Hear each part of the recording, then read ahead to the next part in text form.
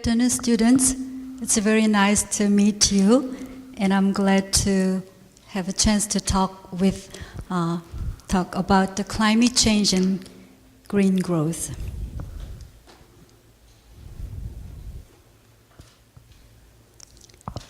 As you've been told that I've served as a Minister of Environment from May 2011 to March 2013, and I was the 14th Minister of Environment. In order to make the Ministry of Environment trusted by the nation, I emphasized to my people to work with the heart of the parent and brain of the scientist. Today I'm here to show you my experiences and some know-hows. Now, let me start with how serious of climate change is. And I'll show you some pictures. And have you remembered the typhoon named Haiyan hit to Philippines 2 years ago? That was in November 2013. And as you can see in this picture, everything was destroyed. And roughly 15,000 people were killed or missed due to this typhoon at the time. And this picture shows that the representative of Philippines at the COP19 of UNFCCC, that means United Nations Framework Convention on Climate Change. This meeting is held every year, the end of every year, and this meeting was held at Warsaw, Poland in December 2013. Now, if you look at the whole world, there are so many occasions of extreme weathers. There are many floods. Perhaps some of you may remember about the Katrina in 2005 that hits the New Orleans, and many people were missing and killed, and all the everything was destroyed at the time also. Brazil, Pakistan. In Pakistan, 2010, roughly 2,000 fatalities and 20 million flood victims were happened at the time. Japan, tsunami. That was 2010 also. And Bangladesh in 2001 has a very serious of flood happened at the time also. Drought. Spain, Portugal, Northeastern Africa, Australia has a series of drought weather, and heat wave in Europe, I think it was 2003, around 35,000 fatalities assumed in this incident.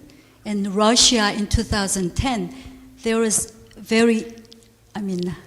I think the temperature was almost 40 degrees in Celsius, and there was a very serious fire around the Moscow area.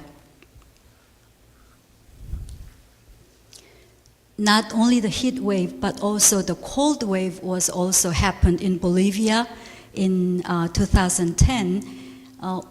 More than 6 million fishes were killed at the time.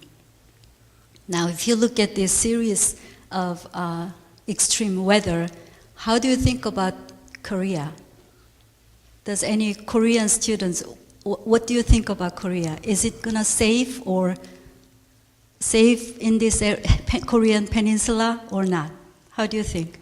Well, one student, says no.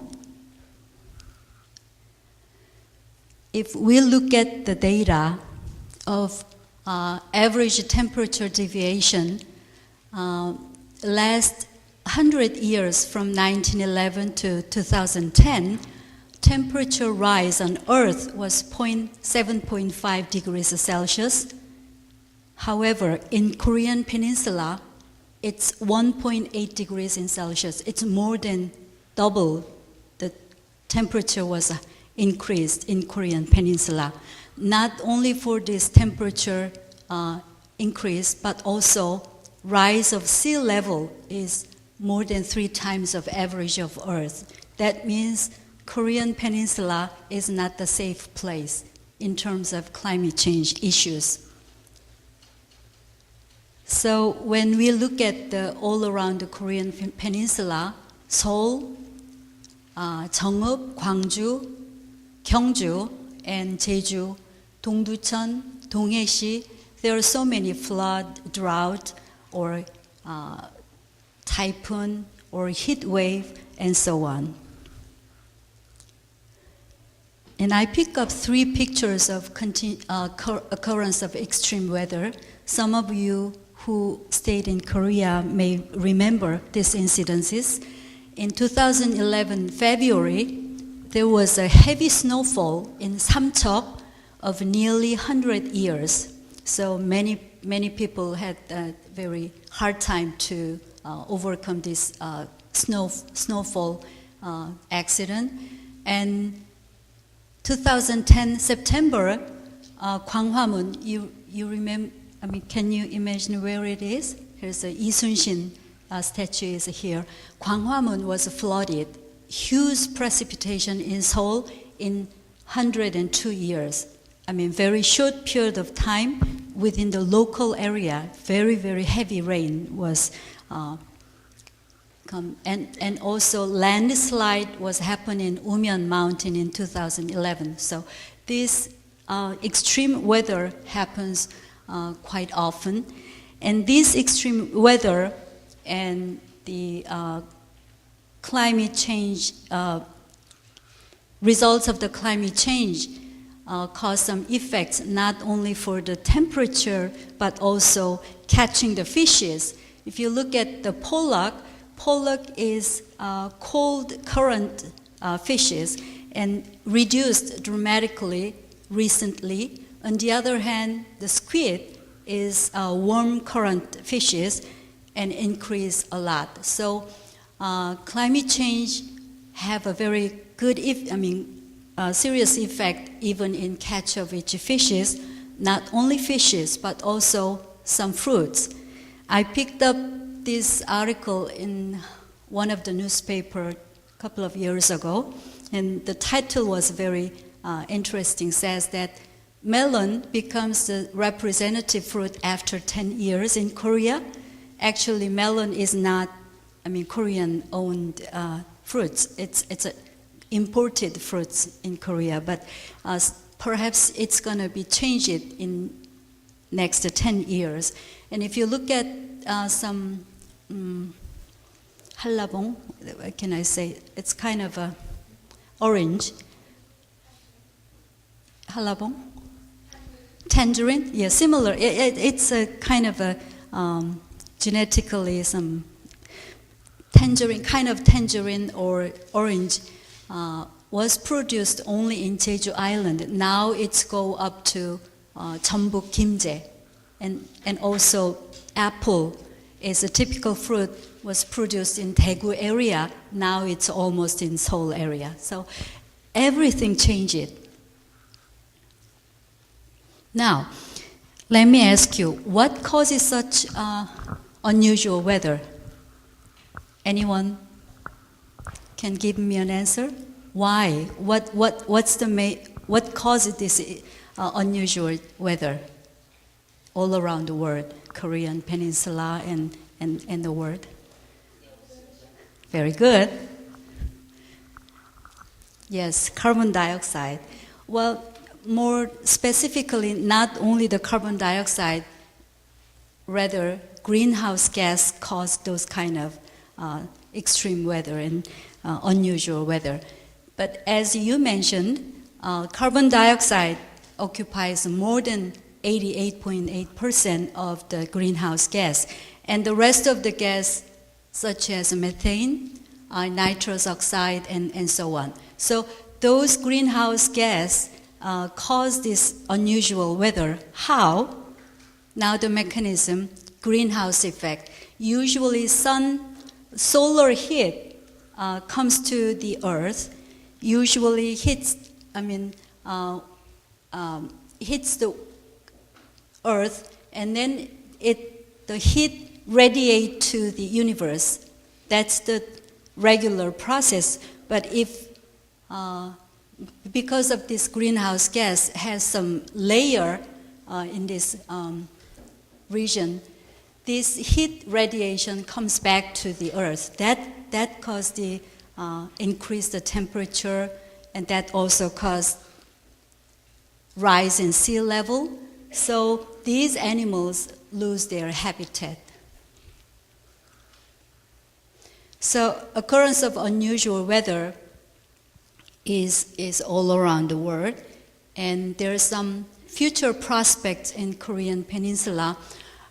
If the carbon dioxide density increased by 40%, then the year 2100, the temperature rise will be 3.7 degrees Celsius, and even in Korean Peninsula, 5.9 degrees Celsius.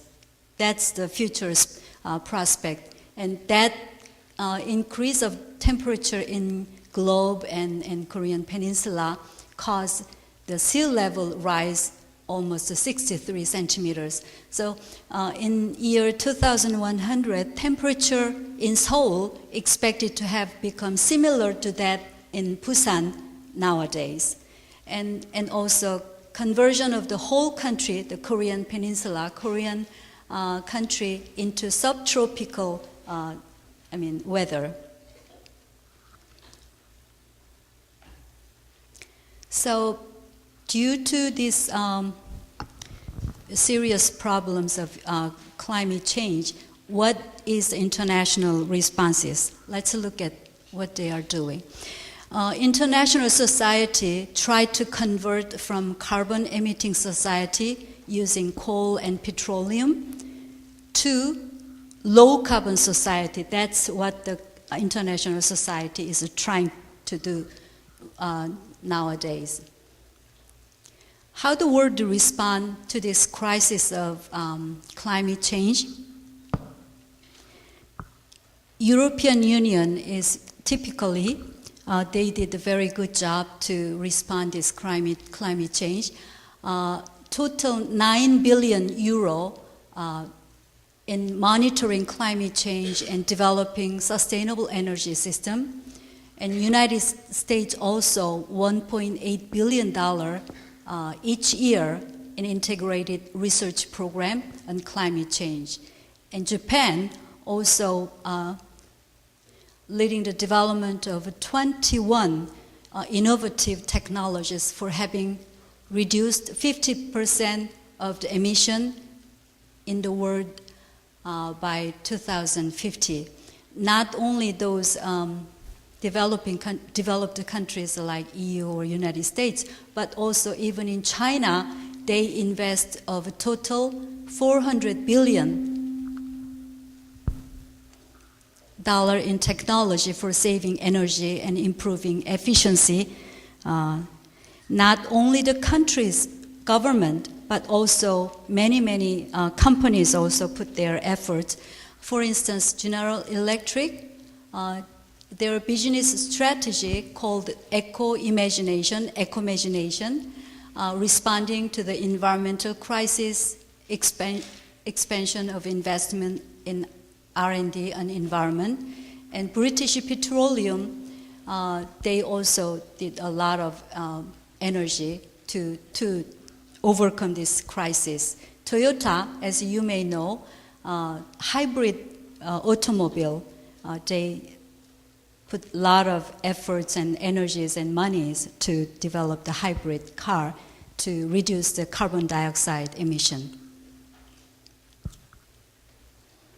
Now, if I show you the reality and the conditions of Korea, as we already seen previous slide, it's not that good condition. Now, if you look at the carbon dioxide greenhouse gas emission, total emission in 2010, the number is 688 million ton, and that's approximately 10% increase than the previous year. And even worse, I mean, even more surprising data is that this emission, 688 million ton, represents more than twice the emission in 1990. Within 20 years, the emission of carbon dioxide more than doubled. So, well, if we can say that the economic growth in Korean government has been very dramatic and very increased last 20 years, that's a good side. But emitting lots of carbon dioxide and greenhouse gas is not what we have to do in the future. So if you look at this graph, in each field, such as energy and industrial process and agriculture and waste, most of the carbon dioxide or greenhouse gas emission comes from the energy sources, such as POSCO or Hyundai automobiles or something like that. And this means Korea was ranked as the 7th largest emission country in the world. And does anyone know that Korea's economic situation, the number, what number in the world? 13th, 14th, 12th, 11th? Yes, that's about the Korean ranking in economic situation. But greenhouse gas emission is the number 7th largest emission country. So we have to do something, isn't it? Not only for that, but also 97% of energy comes from the overseas. So our dependency on energy matter is very severe. And this energy import occupies roughly 1/3 of total imports of Korean government. However, the energy efficiency is around 1/3 of that of Japan, if you look at this graph. And that's roughly 1/2 of that of OECD average numbers. So there's many things that we have to do. We have to cut down the greenhouse gas emission, and we have to improve the efficiency of energy also.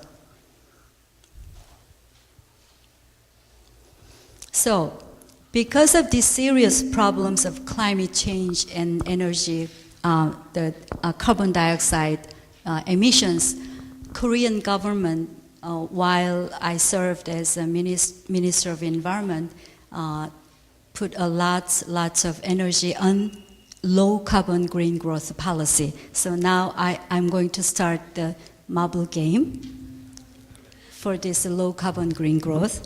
Initially, start with our former president, Lee Myung-bak, suggest a national vision for the creation of new 60 years when giving a congratulatory speech in August 15 of 2008. And he declared that the low carbon green growth as our new national vision. And he mentioned that low carbon green growth is an essential, not an optional. And vision, low carbon green growth is a vision for the national development rather than just a simple environmental policy. So next 60 years, low carbon green growth means qualitative development will be pursued, and sustainable growth that reduce the greenhouse gas emission and environmental pollution. And this is a new paradigm for the national development, creating job opportunities for youngsters like you are, and growth engine with green technology and new renewable energy. And Korea aggressively developed the green growth, and that Korea leads the discussion on green growth in the international society, such as adoption of green growth policy, as you saw in August 2008, and fundamental law system for the first time in the world. That was December 2009. The movement in Korea regarding low carbon green growth policy leads the adoption of the Green Growth Declaration by OECD Council of Ministers. That was June 2009. So this green growth gives us a good opportunity for resource-poor countries such as Korea, and chance for enhancing self-sustaining, and also gives us an advantage for dominate the market in the early stages. I will show you many activities that I've been performed while I was in the Ministry of Environment. The first activity was we had a pre-COP meeting that was ministerial preparatory meeting for the conference of parties, so that we call the pre-COP 18 on climate change. That was held in 2012 in October, and the venue was the Hotel Shilla in Seoul. The significance of this meeting was reinforcement of countermeasures to climate change and international proliferation of green growth. So in this meeting, we had roughly 45 ministers from the 45 countries get together in Korea and prepare the meeting for the COP 18. So we called it pre-COP. Usually the pre-COP, 1 month ahead of the time for the COP 18, held in the same country. But this COP 18, 2 countries want to host those COP 18, such as Korea and Qatar in this area. So we decided that Korea hosting the pre-COP 18 and Qatar hosting the main COP 18 meeting. So this meeting in Korea was held, and the main contents of this meeting was encouraging prompt operation of GCF and progress of discussion over long-term financing and settlement of progress of negotiation of capital general meeting. That's a Doha meeting, Qatar Doha meeting, and suggestion of a global green growth institution, GGGI. So in this pre-COP ministerial preparatory meeting, I served as a co-chairman in this meeting, an interview with the Secretary General of UNFCCC. I said UN Framework Convention on Climate Change. The Secretary General of UNFCCC is Ms. Cristiana Figueres. She is a very talented and very powerful woman. And also, during this meeting, we derived and presenting co-chairman's reflection as a result of this meeting. Now, next step was a COP 18 in Doha, Qatar. The significance of this meeting was progress of discussion on financial issues and adaptation, and regularizing the negotiation on climate system after 2020. That's the extension of Kyoto Protocol and closure of LCA and work crew, and also request for an approval of the Secretariat of GCF, the Secretariat of GCF, and submission of plans under creating long-term financing. And also the main contents of this meeting was establishment of international mechanism related to the loss and damages. When you look at the Philippine case of Haiyan, there are serious loss and damages happen, and especially the developing countries, or poor countries have serious problems of those loss and damages due to the climate change. And also adoption of a work plan for Durban platform of COP17.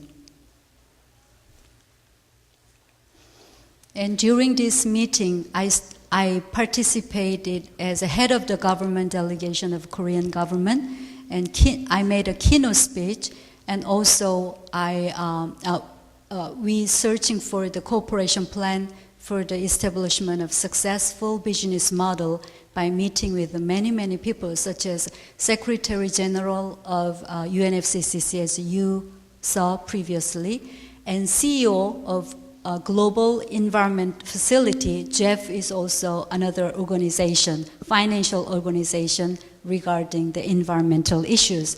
And she is the CEO of Jeff. And also I had many, many bilateral talks with ministers of other countries, such as Qatar, Minister of Environment, and also the President of United Nations Development Program, UNDP.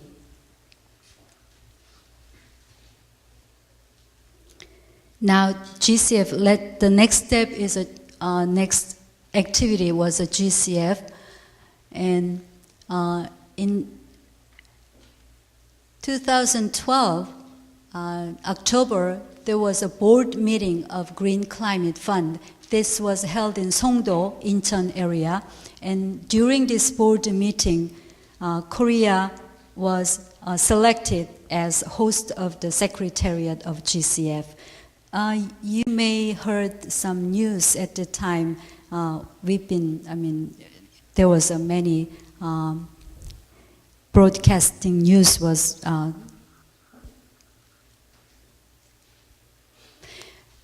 Anyway, okay. The main contents of this Green Climate Fund board meeting, fund raised for climate change, supporting the reduction of greenhouse gas emission in developing country and its adaptation to climate change. Not only the reduction of greenhouse gas emission, but also adaptation to the climate change as well.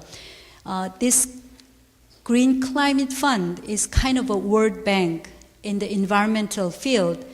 Creating goals of fundraising is roughly $100 billion annually by 2020. In this, there are many pictures that Korean government and our ministry work to attract the Green Climate Fund Secretariat. Here I brought something in my bag, but I'll just do it. This picture shows that when I made the keynote speech in COP17 in Durban, South Africa, in December 2011, Korea officially announced the United Nations UNFCCC in Durban 2011 for the first time, officially.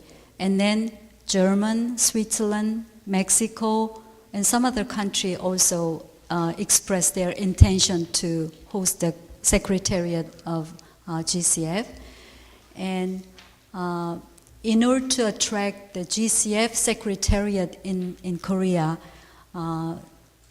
Ministry of Environment and Ministry of Foreign Affairs and many other ministries work very, very hard to attract these activities. So promotion of attraction activities on World Conservation Congress, Tbilisi Plus 35, and many, many other occasions.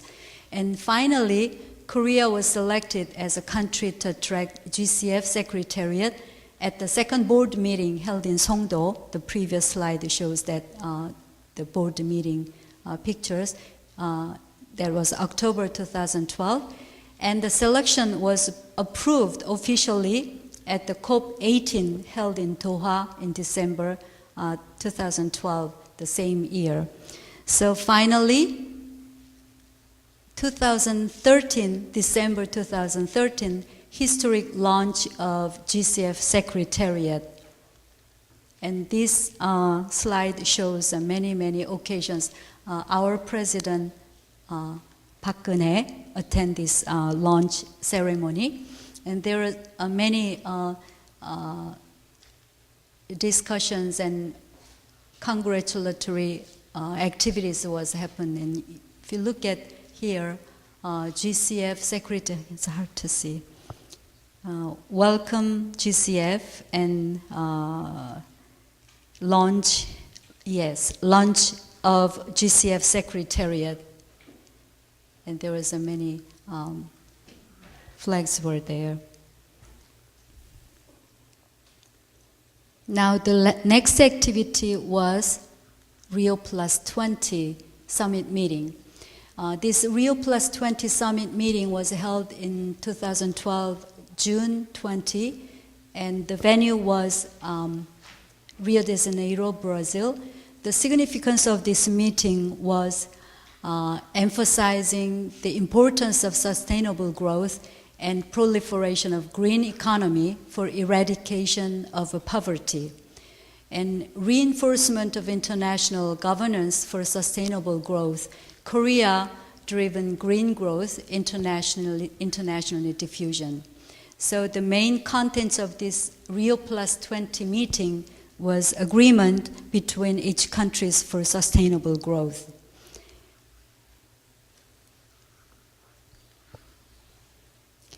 And the activity, I can say that the announcement of green growth policies as a plan for sustainable development with the participation of a high-level council table conference and Ministry of Environment through UNESCOP Green Growth High-Level Forum introduced our green consumption production policies, if you look at here, and Ministry of Environment jointly with the UNEP holding of a high-level forum and business supported for implementing green economy in developing countries and sharing experiences of Korea for sustainable development.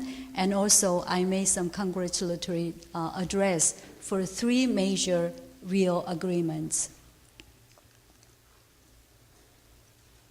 Now the next activity was UNEP activity, and that was 12th UNEP Extended Executive Board meeting that was held in headquarters of UNEP, that's in Nairobi, Kenya, in 2012, February 20th. And significance of this UNEP meeting was evaluated as having formed a consensus on core agenda of global environment and achieved results as a process of preparing for Rio Plus 20 Summit meeting and leading an agreement. So there was also the publication of a summary report for a policy decision maker of the 5th Global Environmental Outlook Report, GEO5. This is in congratulatory activities for the publication of GEO5. Now, in this meeting, as I mentioned, there was a publication expressing appreciation to UNEP and also introduction of green growth policies of Korea by participating as a panelist in high-level symposium. And also I served as a co-chairman at the ministerial roundtable meeting on green economy. And next activity was the OECD meeting. We had the 10th OECD meeting of the Environment Policy Committee. We called it EPOC meeting at ministerial level. That was held in 2012, March 29th. And the venue was Paris, the headquarters of OECD. And this OECD EPOC meeting is the highest level OECD conference on environmental policy, and we discussed on environmental issues and cooperation plans under the title of Making Green Growth Deliver.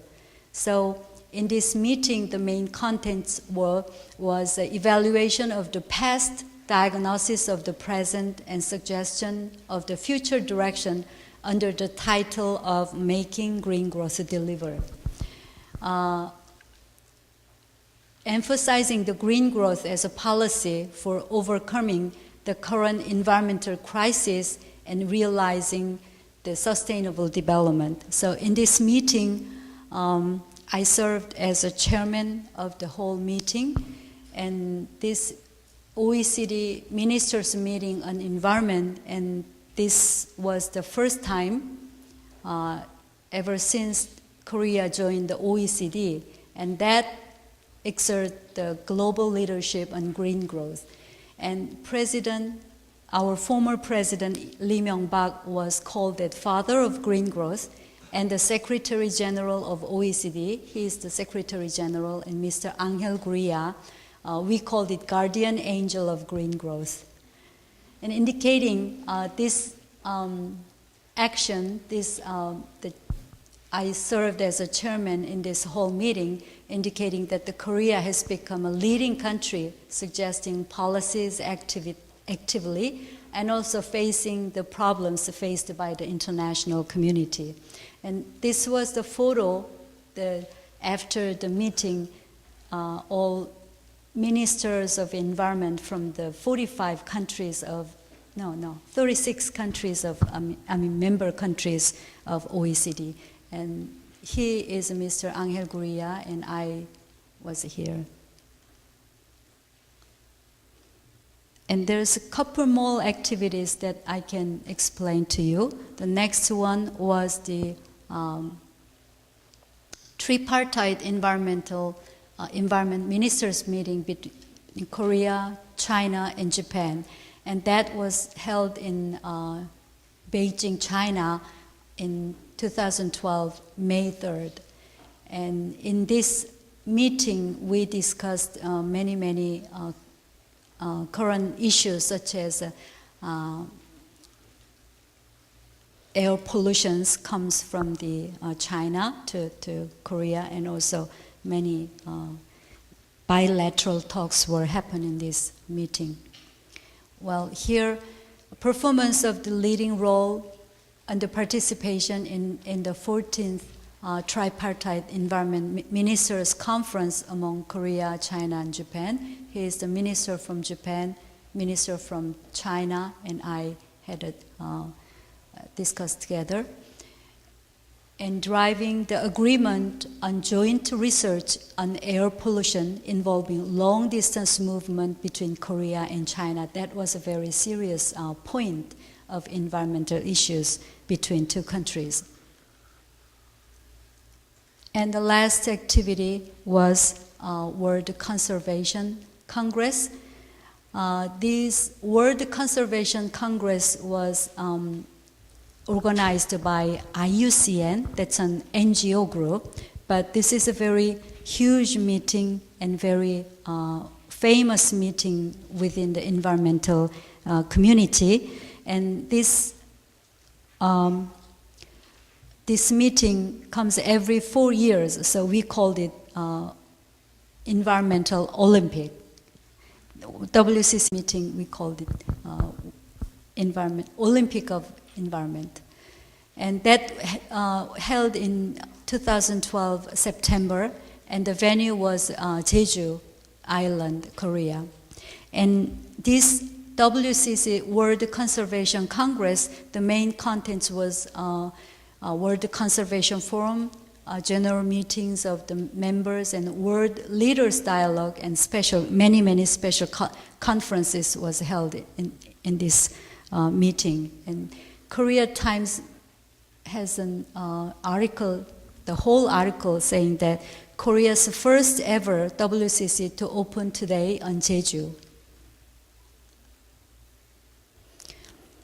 In this WCC meeting, I organized the whole meeting and attended the VVIP opening ceremony and welcome ceremony. So I made the welcome speech and closing speech, and also ongoing World Leaders Dialogue. And we adopt the Jeju Declaration and bilateral, many bilateral talks with Minister of Environment from many countries. And this is the picture with the Egyptian Minister of Environment. Oh. Okay, so far I discussed about the low carbon green growth policies that Korean government pursued. And in order to make the beautiful Korea with the people and nature together, so we work very hard to save the earth together. WCC, pre-COP, COP17 in between, COP18, GCF attraction, and Rio Plus 20 in Asia Pacific meeting, Rio Plus 20, UNEP, OECD cooperation, and tripartite environment ministers meeting, and so many activities of international environmental cooperation was performed. Korea, in responding to climate change, emerging as a core country and play a bridging role between advanced countries and developing countries. And this gives us the improvement of national brand of Korea and also leadership in global environment issues. Now, it's almost the end of my lectures, and I'd like to ask you some questions. What do you think about the globalization? Globalization can be achieved in what condition? Does anyone give me some answers? Globalization. Here in this room, we have so many foreign students and Korean students. Frankly, it was a pleasant surprise to many foreign students in these lecture rooms. How many foreign students? Roughly 30%. Wow, you come from where? In America. Okay.